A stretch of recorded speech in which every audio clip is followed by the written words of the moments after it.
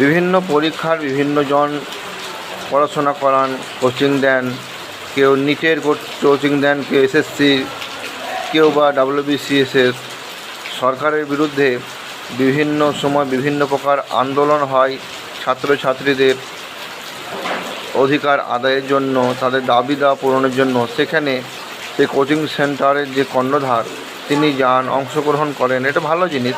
এখন তাকে কেন্দ্র করে অন্যান্য কোচিং সেন্টারের টিচাররা যারা বড় বড় কথা বলেছিল এসএসসির আগে, কোশ্চেন সহজ পড়বে, আমার বই থেকে পড়বে, বা এই হবে ওই হবে, কোনো টেনশন নাই, তারা সমালোচনা করে বসে বসে। কেন বুঝতে পারি না।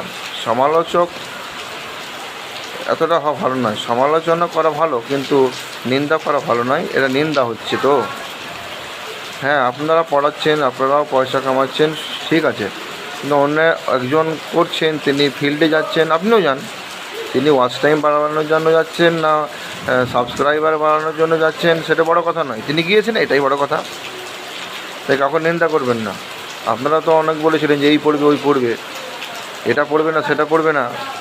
তারপরে পরীক্ষার যখন কোশ্চেন হয় তখন আপনার বই থেকে, আপনাদের সেন্টার থেকে কিছুই বলেনি তেমন। এখন বলছেন আমার বই থেকে এখান থেকে এই পড়েছে, ওইখান থেকে ওই পড়েছে। অনেক সময় ভুল উত্তর দিচ্ছেন। আপনি কি জানেন না কাকলৌকীয়তে এটা সন্ধি বিগ্রহ আছে?